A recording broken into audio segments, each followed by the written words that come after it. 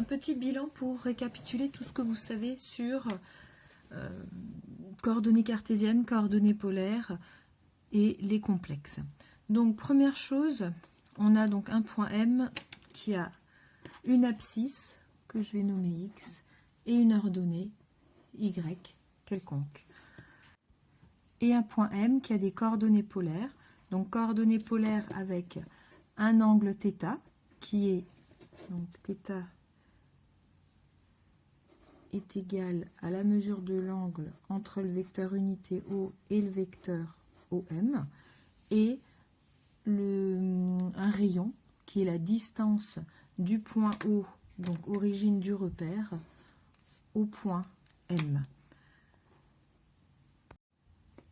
Le lien entre les coordonnées polaires et les coordonnées cartésiennes, on a que le rayon est égal à la racine carrée de l'abscisse au carré plus l'ordonnée au carré, et on a également que R fois le cosinus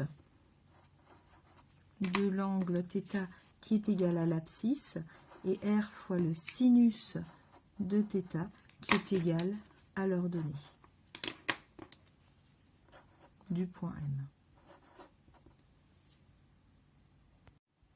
On a donc la forme algébrique de Z, X plus I, Y. X l'abscisse, Y l'ordonnée.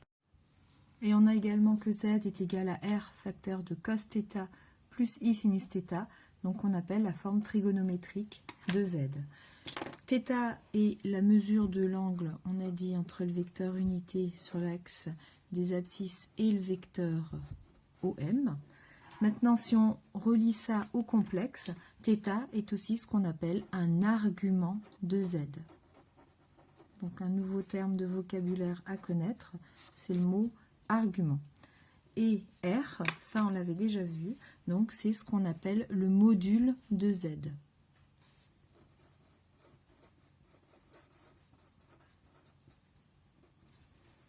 Voilà. Donc tout ce vocabulaire est à connaître et à maîtriser. Module de Z, je vais encore l'écrire, on peut aussi l'écrire de cette manière-là. Et il ne faut absolument pas vous tromper sur les différentes formulations. Une dernière petite chose, au niveau de l'abscisse et de l'ordonnée, quand on parle des coordonnées cartésiennes, on a également que l'abscisse, c'est ce qu'on appelle la partie réelle de Z, et l'ordonnée, c'est la partie imaginaire du complexe Z.